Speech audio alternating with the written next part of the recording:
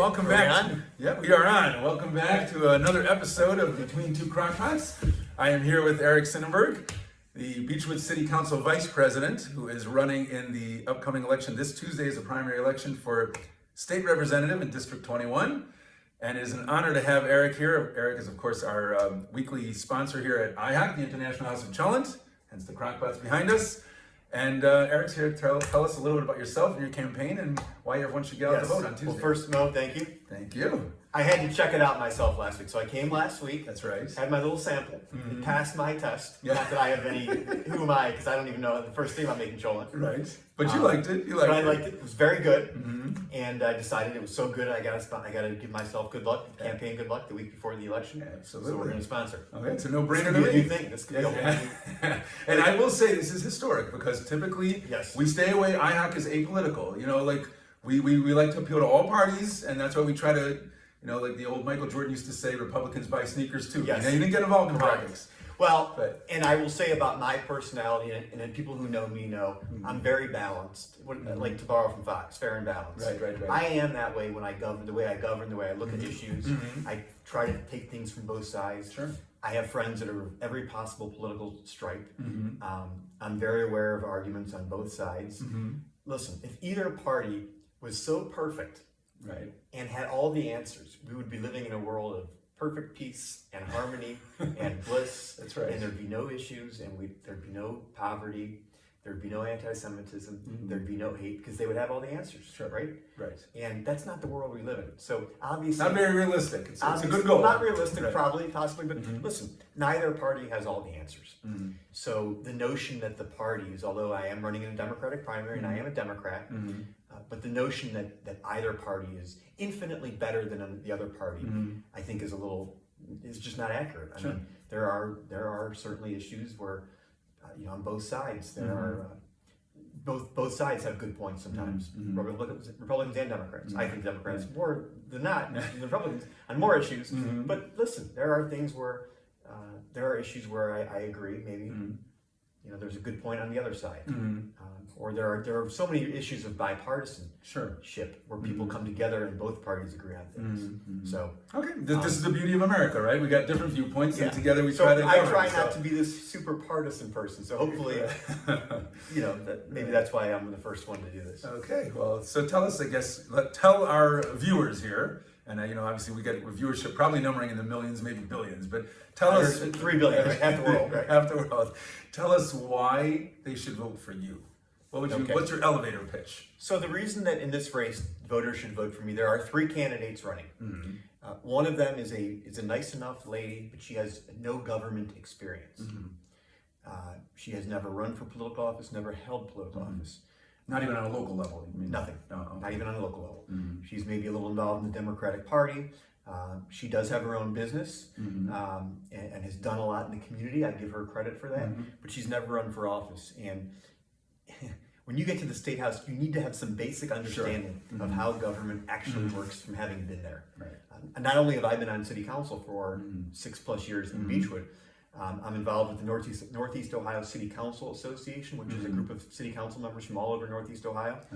And we talk about issues, and I have friends in city councils all throughout Cuyahoga County of all political persuasions, and from north, south, east, west. I also served in the state of Ohio, the Treasurer's Office for 7 years previously.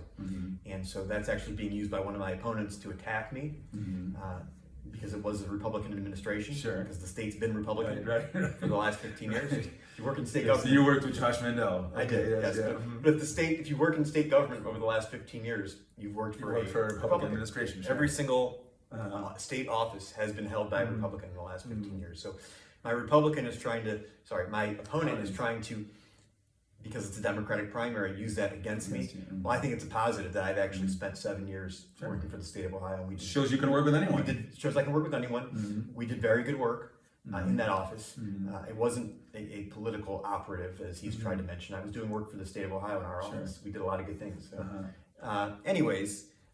so my one opponent is this lady. The other one you alluded to is the one who's been hitting me for a bunch of attacks. And I think that gentleman's record speaks for itself.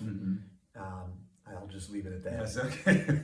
Well, you're running a positive campaign, not a negative smear campaign. People can do their own research and find out who I'm running against. Right. He is the incumbent. He's the incumbent. He's the incumbent. Little hint. I'm not going to name his name. Right.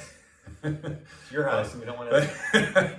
But I think for people in our community, especially, I think there's an extra incentive to, make sure that he's no longer in office. Well, again, if you find out who this person is, go to do your research, find out his name, or ask someone, and go to his Facebook or Twitter, specifically Twitter. I think you'll see he's not exactly right. Not exactly who we would want in office. So yes, we're gonna work. Now, how long has this been? Has this been a passion of yours to I mean, obviously you've been involved since 2018 on the city council, but in terms of going to Columbus and becoming a state rep, has this been something you've thought about for a while, or is this a recent? It's something I've thought about on and off over the years. The issue is, it's very hard to get one of these seats. I mean, there's only 99 state reps. There's 33 state senators in the whole state. So at any given time, there's only 132 out of 12 million people. Right. There's only 132 people that are being sent to Columbus to do this work. People say, well, what about other offices? Well, there's less of those. I mean, we only have 15 Congress members that go to DC to represent us federally in the whole state of 12 million. Right. We only have 2 senators out of 12 million. Right. So it's very hard to get. Right. It's pretty exclusive. Yeah. I mean, it's a. And so, being a realist and a pragmatist in all things in my life, I've always been like, well, sure, that would be nice, but I'm not gonna. You can't plan your whole life around these positions because you're gonna end up upset. Because again, there's only 2 people at one time that are in the Senate. Right. 99 are in the State House. 15 go to Congress to represent our state in DC. Right. So to have your whole life be based on, I want to do this or that, you're going to be unhappy ultimately. So I've kind of just gone through, I knew I do have a strong passion for service and for being involved in government service and public service. And for proving to the next generation and to people who are cynical that no, don't be cynical, and to our younger generations. Sure. This is good work. We can get things done to better your community. This is a good career for people out there, younger people that want to consider this as a career, and they should consider it. And I try to be an inspiration to them, and to people, like I said, who are cynical at the whole process and the party system. I try to say, well, unfortunately, yes, there is some merit to that argument, but at the same time, things can get done, and we do have situations where things get done.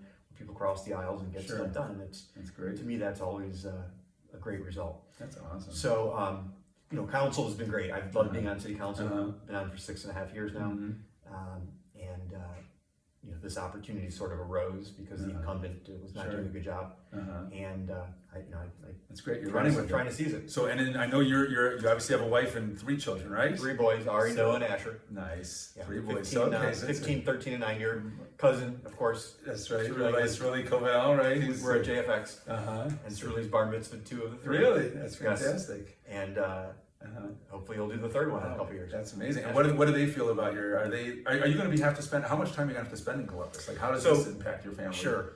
So you're only in Columbus about 20 weeks out of the year. Okay. 20 to 23 weeks in the year, let's say. So less than half of weeks do you even go down there. Sure. When you do go down there, you're there usually like from Tuesday morning until Wednesday night. It's one overnight. Got it. Okay. It's rarely more than 1 night a week. Once in a while, you'll have to be down there from Tuesday to Thursday. But at most, you're away 2 nights in a row. Okay. So it's probably less than a lot of people who travel for work. Right. That's true. Out here in the community that do have work out of town. Sure. Honestly, it's only 2.5 hours away. It's never further away. Right.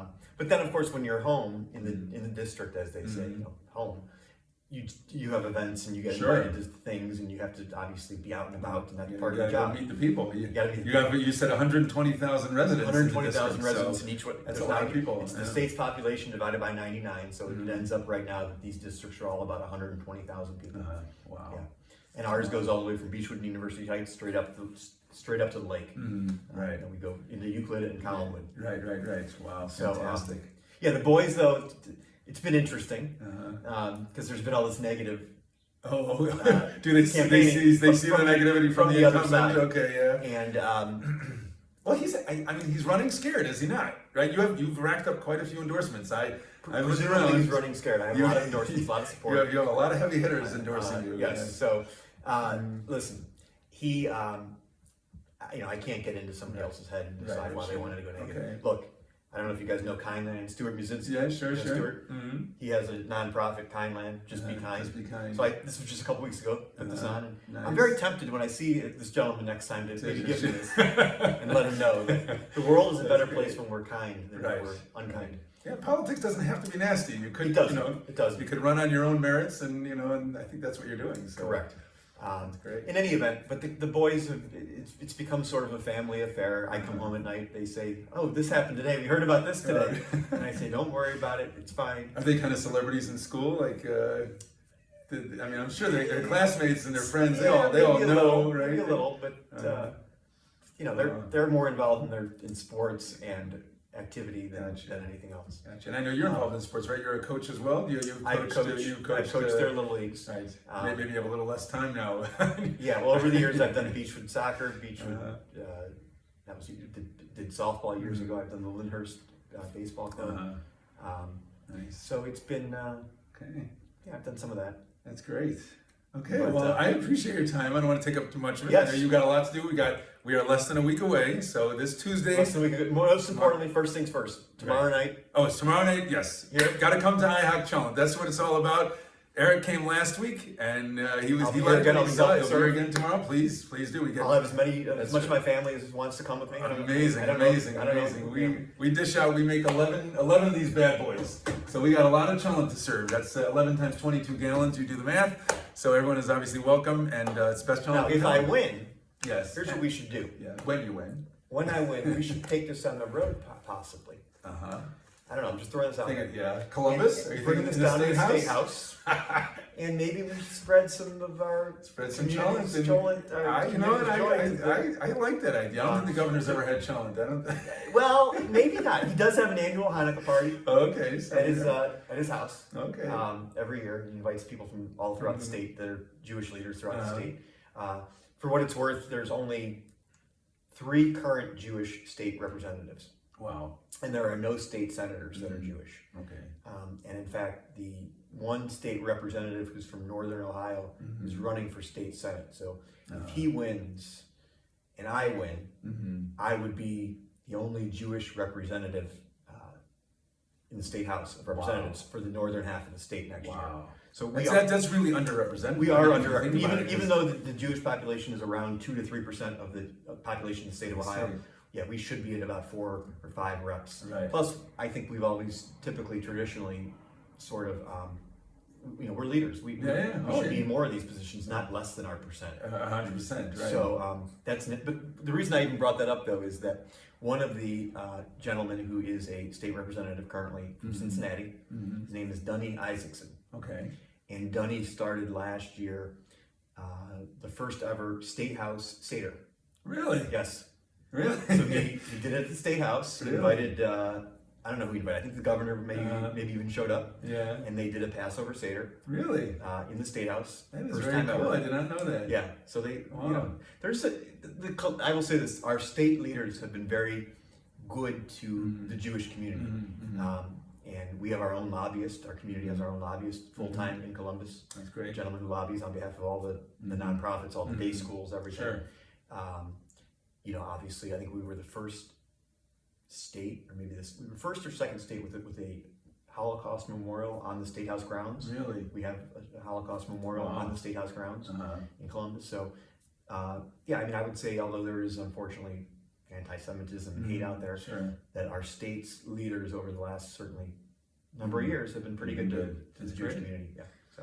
All right, so I think it's a great idea. Challenge in Columbus, come November. Yes. Okay, fantastic. Thanks a bunch. Thanks. Best of luck. Thank you. And we're gonna kill it on Tuesday. That's it. We're gonna get everybody in Beechwood, University Heights, South Euclid, Lyndhurst, or Lyndhurst. Wherever you are. If you're seeing this, gotta get out and vote for Eric. Euclid and Collinwood as well. Euclid and Collinwood as well. I don't know how many IHOC customers we have in those areas, but you never know. You never know.